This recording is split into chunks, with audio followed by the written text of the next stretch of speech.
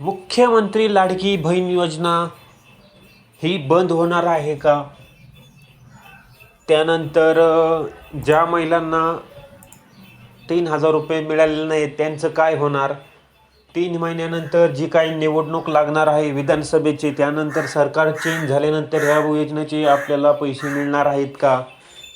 त्यानंतर बऱ्याच महिलांना काही असा संदेश पाठवण्यात आला की शासन हे पुन्हा पैसे काढून घेणार आहे आपल्या अकाउंटमधनं. त्यांच्यामध्ये हा गैरसमज पसरवला गेलेला आहे.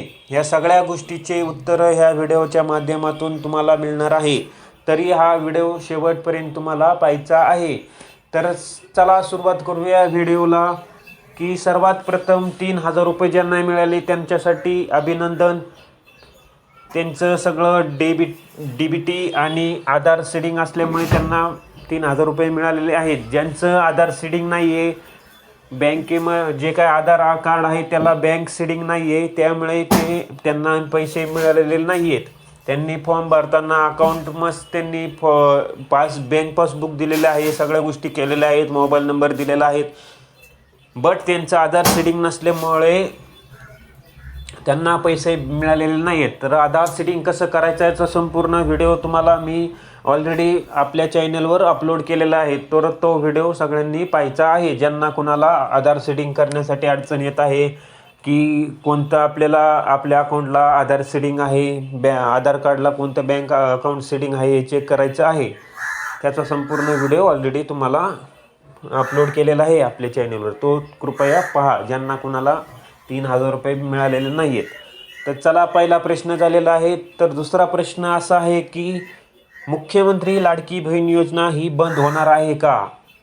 कारण की हायकोर्टामध्ये विरोधक जी पार्टी होती त्यांनी अपील केली होती की ही योजना बंद करण्यात यावी. एवढी सरकारकडं जे काय स्टेट गव्हर्नमेंट आहे यांच्याकडे एवढा पैसा निधी कुठून आला या योजनेसाठी? आणि त्याचं राजकारण पण केलं गेलं होतं की राजकारण आता विधानसभेचे जवळ आली आहे त्यामुळे हे पैसे पाठवण्यात आलेले आहे, असे याचिका हायकोर्टामध्ये विरोधक पार्ट्यांनी दिली होती.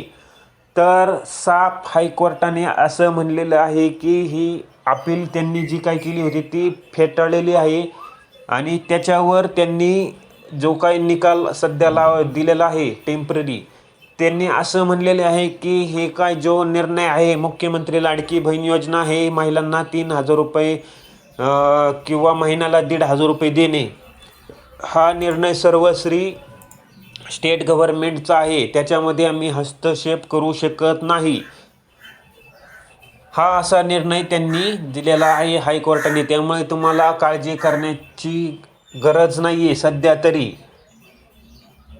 तरी हा शब्द का वापरत आहे मी? कारण की याचं उत्तर तुम्हाला नेक्स्ट पॉईंटमध्ये कळणार आहे. त्यानंतर त्यांनी सुप्रीम कोर्ट जो का हायकोर्ट आहे त्यांनी हे पण सांगितलं होतं की जे काय शेतकऱ्यांचे पैसे देणं आपले स्टेट गव्हर्नमेंटचं बाकी आहे, जे काही त्यांनी जमिनी आपल्या आता रोड झाले आहे, समृद्धी महामार्ग, त्यानंतर असे बरेच हायवे रोड झाले आहेत, त्यांच्या जे काही जमिनी स्टेट गव्हर्नमेंटने अक्वायर केल्या होत्या म्हणजे हस्तांतरित केल्या होत्या, त्यासाठी जे काही पैसे देणार होते स्टेट गव्हर्नमेंट त्यांच्या जमिनीच्या मोबदल्यात, तर ते अजून दिलेले नाही आहेत. त्यासाठी त्यांना सुप्रीम कोर्टाने आपले स्टेट गव्हर्नमेंट आहे त्यांना सुनावलं होते की तुम्ही यांचे पैसे लवकरात लवकर द्या, अन्यथा आम्ही ही लाडकी बहीण योजना थांबवू आणि त्याचे पैसे आम्ही जे काही शेतकऱ्यांच्या तुम्ही जमिनी हस्तांतरित केल्यात त्यांना देऊ. तरी तसं काही झालेलं नाही आहे. तरी स्टेट गव्हर्नमेंटने हे गोष्टी मॅनेज करून लाडकी बहीण योजनेचे हप्ते पाठवलेले आहेत. 2 प्रश्नाचे उत्तरं दिलेले आहेत. तिसरा प्रश्न असा आहे की विधानसभेची जी काही निवडणूक लागणार आहे त्यानंतर आचारसंहिता लागणार आहे. अजून जर तसं होऊ नाही, पण जर इन केस सरकार चेंज झालं तर विरोधक हे जी काही योजना आहे ती चालू ठेवतील का? तर मला तरी वैयक्तिक वाटतं आहे की ही योजना ते चालू ठेवणार नाही.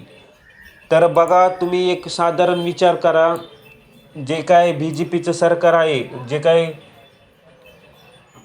त्यांचा केंद्रामध्ये सरकार असल्यामुळे त्यांना ह्या स्टेट गव्हर्नमेंट सरकारला काही अडचण येत नाही. केंद्राकडून भरपूर सारा निधी स्टेट गव्हर्नमेंटला मिळत असतो. त्यामुळे इन केस जरी स्टेट गव्हर्नमेंटकडं पैसा नसेल तरी केंद्राकडून ते घेऊ शकतात कोणत्या योजनाच्या माध्यमातून.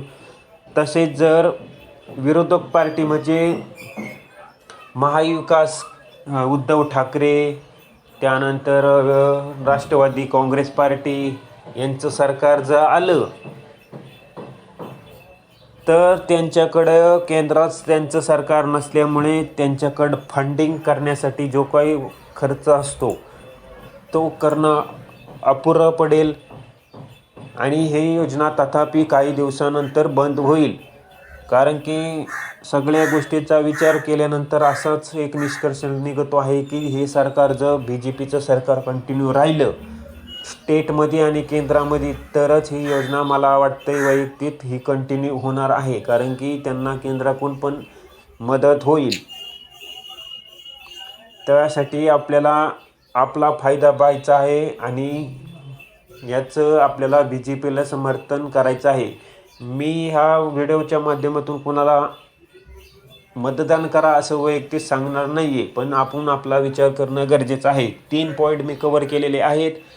आता ज्यांना कुणाला काय अडचण असेल तर कमेंटमध्ये नक्की कळवा. मी संपूर्ण तुम्हाला पैसे भेटूस तर मदत करणार आहे वैयक्तिक. त्यासाठी चॅनलला लाईक करा, सबस्क्राईब करा. Thank for the watching.